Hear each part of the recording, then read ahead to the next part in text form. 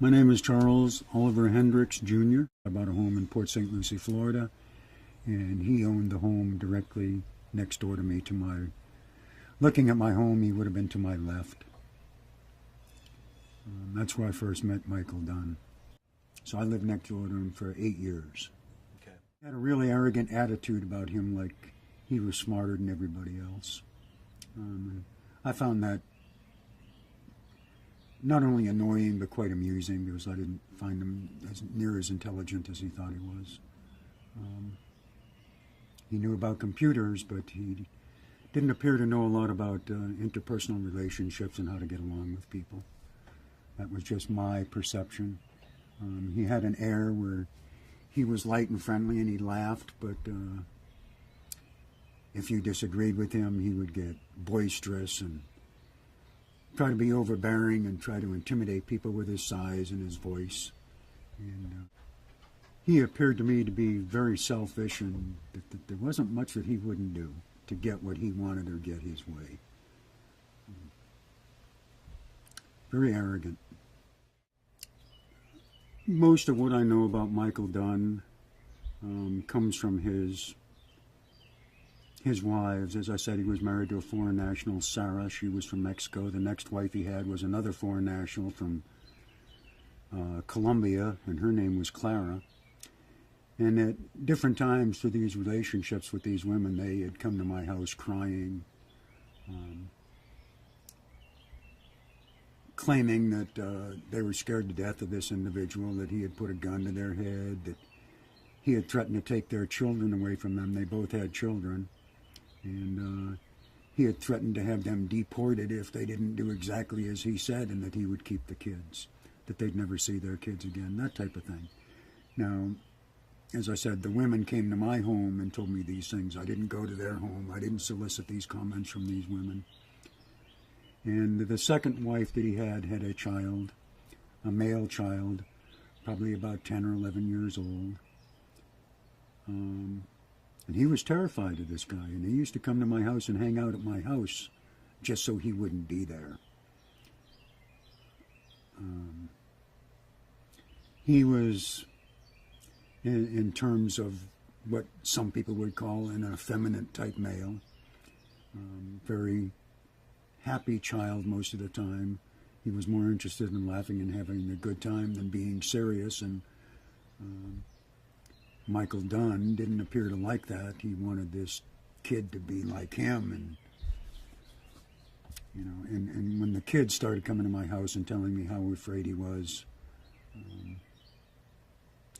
I started to have issues with Michael Dunn. Did you see signs of physical abuse, or was it just psychological torment? Well, I had seen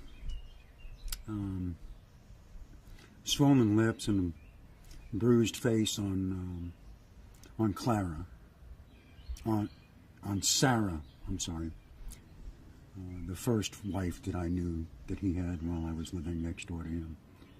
And she had come to me crying one day saying that they had had a real bad fight about drugs, and he had threatened to blow her brains out, and I asked her, I said, well, where's the gun? And she told me where the gun was, so I went in his home and I took his gun.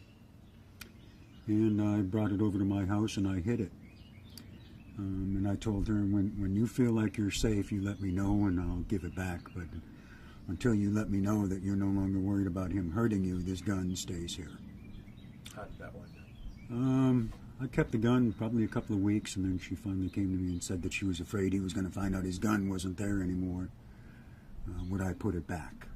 So I did. I wasn't real comfortable with that, but I did. I regret giving that gun back now. The second wife had said the same thing, that he had put the gun to her head and that she was terrified of him. She didn't know what she was going to do. He was threatening to have her deported if she didn't do what he told her to do. One of the incidents that she relayed to both my wife and myself was that he had forced her to go to a sex club in Fort Lauderdale and participate in some activities of this club that she really didn't want to do, but again, it was one of those things where she was so afraid of this guy, she was going to do whatever she did to protect her son. He, like a lot of people, smoked marijuana. Occasionally he did cocaine. This I know for a fact. I've seen him snort cocaine. And she had taken his pot and hid it from him one day, and he went ballistic.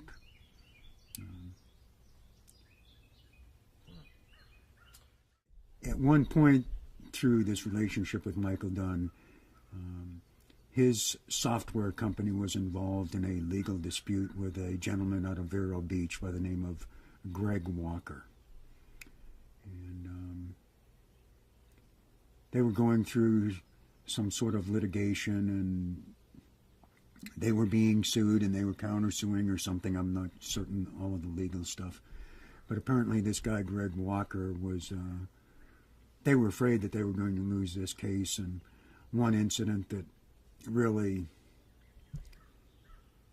bothered me and I didn't know what to do was him approaching me in front of another guy and saying, you know, this guy, Greg Walker, he's got to go.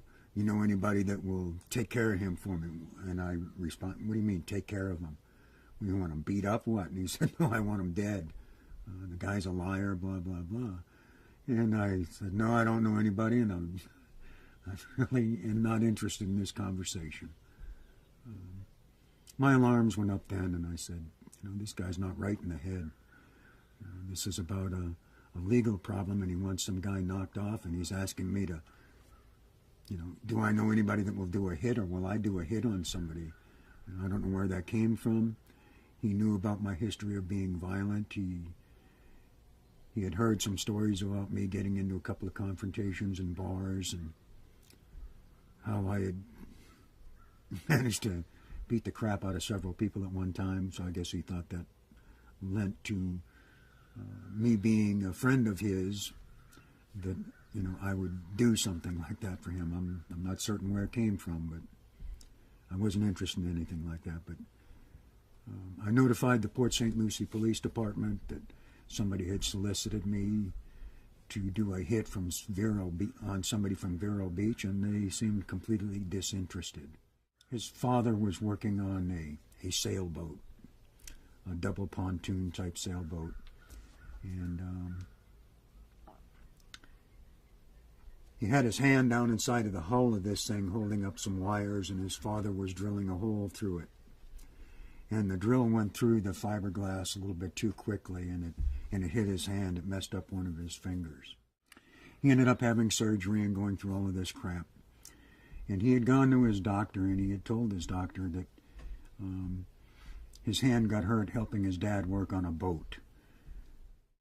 Well, the next time he went to the doctor, they had come up with a scheme to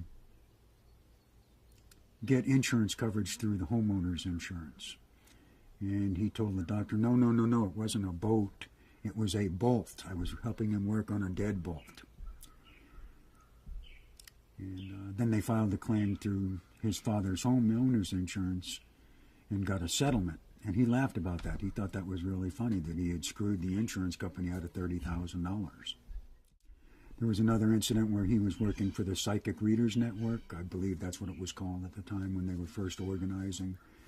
And he was setting up, he was their head computer guy, buying all this equipment from vendors, various vendors, to set up all of this equipment that could track all of the phone calls and time how long people were on with the different psychics, and network all of the psychics across the country so that they could be billed and charged. And he set up what from my understanding was a pretty extensive network for this company of a lot of computers. But he would buy the equipment from the vendors, and he would get rebates for buying these equipment. You know, hundreds of hard drives, motherboards, cases, etc. He would get rebates. And instead of turning those rebates back to the company that he was working for, the people he was working for, he would have these suppliers of these computer parts send the rebates in the names of his daughters and his wife and him, and then he would cash them. And he laughed about that. And I'm talking a lot of money. I'm not talking, $30 or $40. Sometimes he would have 40 or 50 checks that were $40 or $50. And, how did you learn about that? Like, would he brag about it? He bragged about it. He bragged about how smart he was and how he was screwing over these people he was working for, how he was making all of this money on these rebates. He had a falling out with his parents. He worked for his parents at Dunn & Dunn Computing, or Dunn & Dunn Solutions, whatever it was called at the time. And he had a falling out with him about the way the company was going. So he was let go by his parents. And they agreed to pay him his salary until he found another job. They agreed to pay his salary for 6 months. He wasn't out of work 2 weeks when he went to work for the Psychic Readers Network, these people that were doing this psychic bullshit. And he never told his parents. So after 6 months, they stopped paying him. But, here's a guy that's going to screw his parents, take $1,000 a week from his parents, from their business, while he was working for somebody else and never tell them. He thought that was pretty funny, too, how he was screwing over his dad. So that's the type of person he was. So I had as little to do with Michael Dunn as I could. He was my next-door neighbor, so I had to acknowledge his existence, but he wasn't my type of person. When we would have disagreements about politics or whatever, inevitably he would end up jumping up and standing up and, marching around like, he wanted to beat the world's butt. And he would get really loud, and I would just look at him, like, you're crazy, dude. There were people coming and going from his house, but a lot of times they were hookers. And he used to brag about that, too. Well, I never got that, but yeah, he would have hookers come to his house when the women weren't there. I never got it. The time that he talked about putting a hit on that other guy, when was that? I mean, I know you don't know dates and all, but over the 8 years, about when was that? Early, middle, late? Yeah, it was a couple of years after I had moved there. I'm going to say in the probably 99, 2000, somewhere around there. Over a business dispute? Yes. Now, one of the things that occurred that to this day will bother me was there were several people that worked for Dunn & Dunn Computing Solutions, and it was coming up on Thanksgiving, and they were going to be taking the day off before Thanksgiving or something. And the owners had said they weren't going to pay the employees for the day prior to Thanksgiving or Thanksgiving, that they weren't working, they weren't going to be getting paid.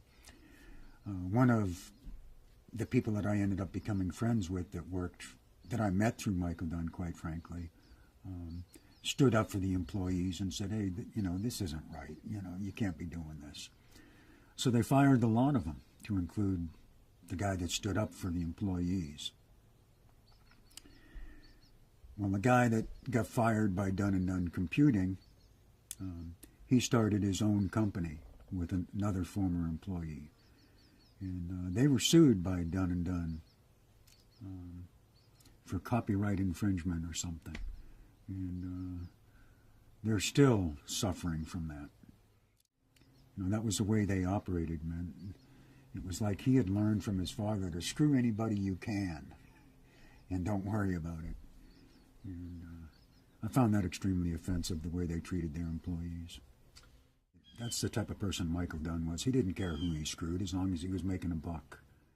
I think that there's entirely too many people in this country that are getting killed needlessly because people that should never, ever get their hands on guns are able to get them. And Michael Dunn is one of those people. I believe that if he had been subjected to some sort of psychological evaluation, or they had really done a background investigation on him to find out his propensity to be violent and a bully, that possibly, not 100%, but possibly he would have never gotten his hands on a weapon. Did I ever hear him say that he wanted to shoot somebody? Not directly, but there were several times where he made comments that, I can't wait for somebody to try something with me when I have my gun. I'm the type of person, that's the last thing I want to be contemplating. I don't want to have a confrontation with somebody while I have a gun. Anybody that does, they're predisposed, in my opinion, to kill somebody. If you're looking for a confrontation just because you have a gun, there's no question in my mind that people that are looking for problems when they have a gun, someday are going to find it. And when I heard about this incident with Michael Dunn, I said, there you go. I knew it. Sooner or later, he's going to kill somebody. I had said that to my wife. I had said it to my daughter. Sooner or later, this guy is going to kill somebody. He thinks that a gun makes him safe and makes him all powerful. And that was the attitude that he had. When he talked about his gun, it was like it was his best friend and that he could overcome the world with his freaking 9mm. The mentality just... His mentality towards guns didn't correlate with his intellect when it came to computers. It was like, what's wrong with this guy? They say you keep your enemies close. Well, I kept my eye on Michael Dunn because I didn't trust him.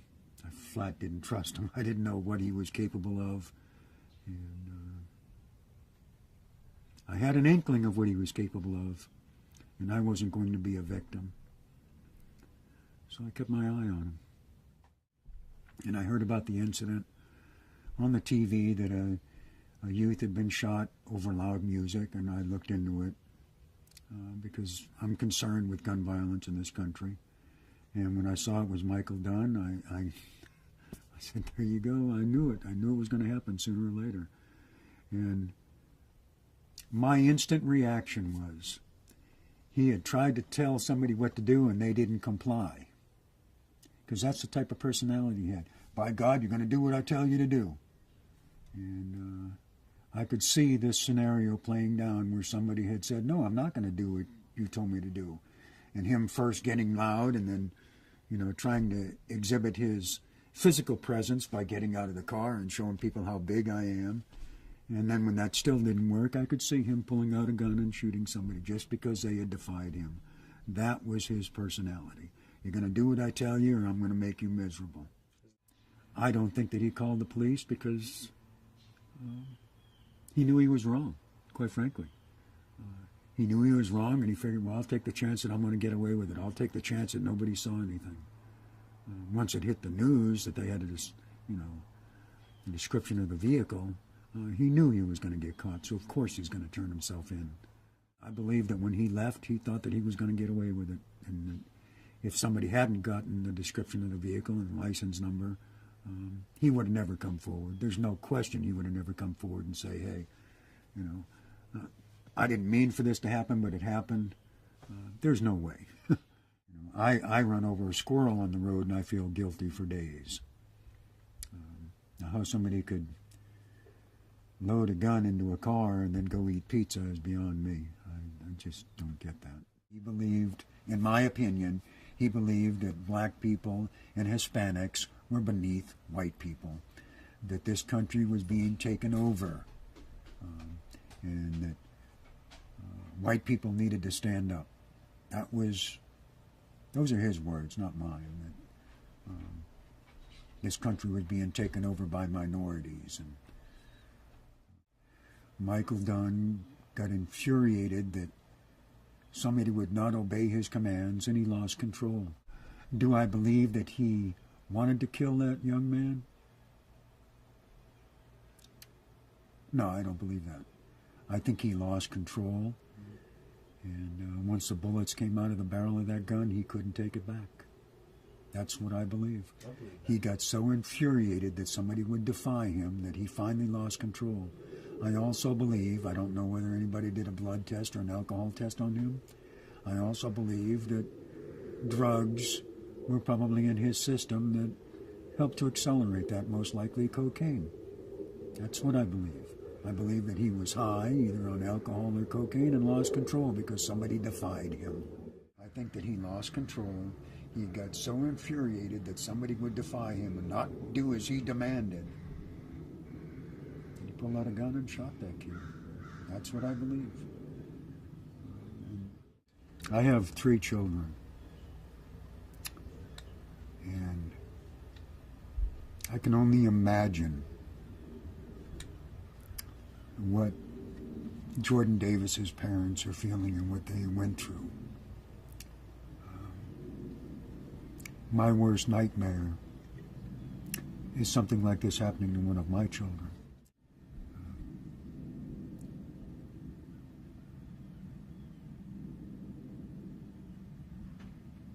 I feel for those people more than I can put into words. And I don't think anybody should feel the way they are probably feeling. I don't think anybody in this country should go through what they have had to go through. He was a pervert, and he did the drugs, cocaine, and as he described it, he was smarter than everybody else.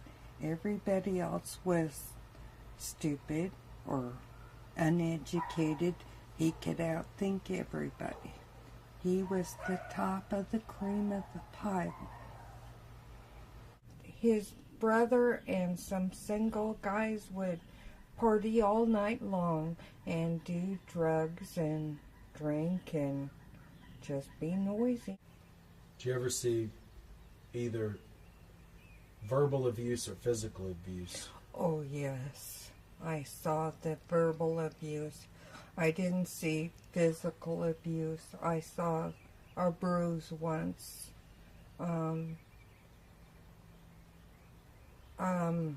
But I certainly saw heard the verbal abuse. Did you hear it directly from Michael, or that she would Oh, relay? yes. Oh, yes. Tell me about some of that. He would always tell her she was too stupid, or she was too flirty, or she didn't know anything. I mean, he treated her really like a dog. Well, let's talk about Clara then. She dated him for a couple of months, and one day I ran into her in the local Publix by the meat counter, and she said she had married Michael. And I said, when? And she says, Tuesday or something, some other day. And I said, where? Where did you guys go? Because I was shocked. And she said, the UPS store. And I said, the UPS store? They can marry you? And she said, yeah, it's all legal, the UPS store. I was just shocked, and I said congratulations and whatever. The next time I saw her, she seemed upset, and I invited her over for coffee. I think it was my day off or something. And so she came over, and we were sitting on the front porch, and I said, what's wrong? Clara, what's wrong? And she said, I think I made a mistake. And I said, what do you mean you think you made a mistake? Because I knew it was a mistake. She said, the night after we got married, he took me to a switch club. And I said, what do you mean a switch club? What's that? And she said, that's where couples go and they switch partners. And I said, and you did? She said, what can I do? I didn't want to, but he made me. It was disgusting. And I said, do you have your green card? And she said, yeah, but it's going to expire. And I said, okay. He's doing it again. Just somebody keep under his thumb. Mickey, that's right, Mickey. At first he liked Michael because Michael would do things with him, but then he started yelling at him and bullying him and bullying his mother. And Mickey didn't like that. He was a macho little boy from the get-go. He protected his mother. And at one point, Clara left him and took Mickey. And Mickey, I saw her once or twice out and about. And Mickey had told her that if she went back to Michael, he wouldn't go with her. He was about 12 at the time. He wouldn't go with her. Do you know Mr. and Mrs. Dunn, Michael's mom and dad? I liked Mr. Dunn. He was kind of easygoing or jovial. That guy you meet who you're happy to meet and you feel good, fuzzy, warm meeting him, but once you get to know him, you start going, huh? But the mother was hardcore. Really? The mother was hardcore. What do you mean?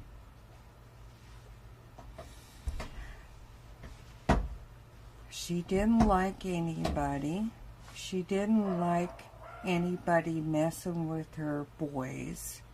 She didn't like anybody question her actions or honesty or her boys in that respect. They were a tight family unit as far as she was concerned, and nobody talked outside the family under pain of punishment. And she lorded it over the boys. She controlled the money and controlled the boys.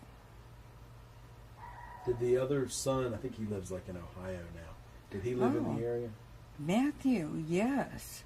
I liked Matthew. Matthew was not as perverted as Michael. What do you mean perverted? Michael was a pervert. Michael was a sexual pervert.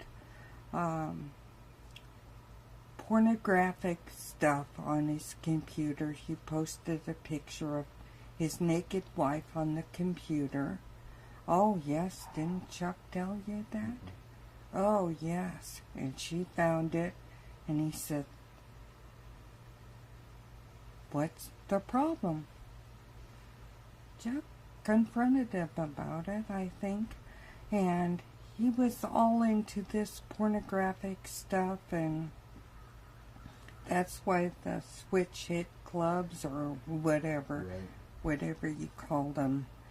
And Clara and both Sarah said that he made them do things that they wouldn't even repeat in public. Wow. Both of them. He was a pervert, and he did the drugs, cocaine, and as he described it, he was smarter than everybody else. Everybody else was stupid or uneducated. He could outthink everybody. He was the top of the cream of the pie. But he wasn't. No, I didn't think so. He was very smart, and very smart with computers. But I don't think he was smart about life. Right. What drugs did he do? That you know of? Cocaine and marijuana. When did you first hear about the shooting, the one involving Jordan Davis? The same night it happened that it was on the news. My husband came into the bedroom and told me Michael had shot somebody.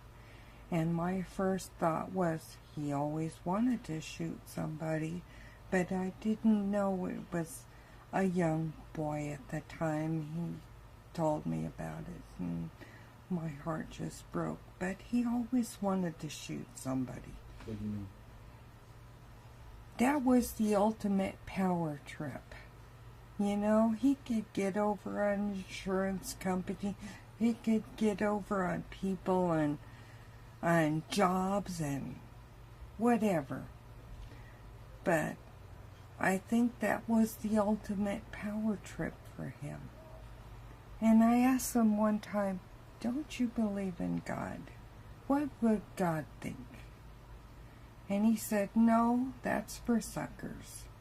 That's a crutch. People use that. Once you're dead and gone, you're dead and gone. That's it, lights out. There is no God. Michael Dunn thought God was for suckers. Oh, yeah, it was a crutch people used. The stupid people used. Get what you can now. And there is no consequences because once you're gone, you're gone. He used the N-word a couple times, but I told him that wasn't allowed in my house, so he never said it around me again. But only to keep under his thumb, he thought everybody was beneath him. Did you ever see his gun? Yes. Yeah. Sarah came over one night. She come running over in tears. He was ranting and raving, and she come over and he had hit her. And I saw the bruising and the red, especially the next day. And my husband went over there. He's threatening me with the gun. He's going to blow my head off. So my husband went over there and told him, hey, you ever hit this woman again, and you and me are going to town. And he took his gun and he brought it home. I think we had it a couple months or couple weeks or whatever until he gave the gun back. But Sarah was distraught, and she stayed a couple of days. But she had bruising. I was really glad when we moved. Sounds like it. Arrogant, entitled, large, because I'm only 5 foot tall, Right. overbearing, abusive, perverted, smart, intelligent, thinks he can do whatever he wants to do and will get away with it. Does it surprise you that his last words to Jordan Davis was, "You're not," before he shot him, was, "You're not going to talk to me like that"? No, that doesn't surprise me. Did he say that? Why doesn't that surprise you?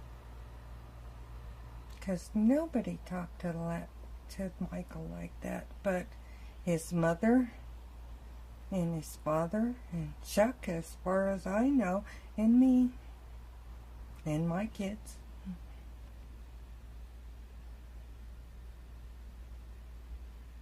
He went back to the hotel after killing Jordan and ordered pizza and didn't call the cops. That doesn't surprise me. Oh well, he deserved it, is what I think was going through his mind. He bothered me. He inconvenienced me. Oh well. That's all it took for Michael. I think so. Especially if he was doing any sorts of drugs or alcohol. You know, but even without, I'm not surprised. I want to see justice be done.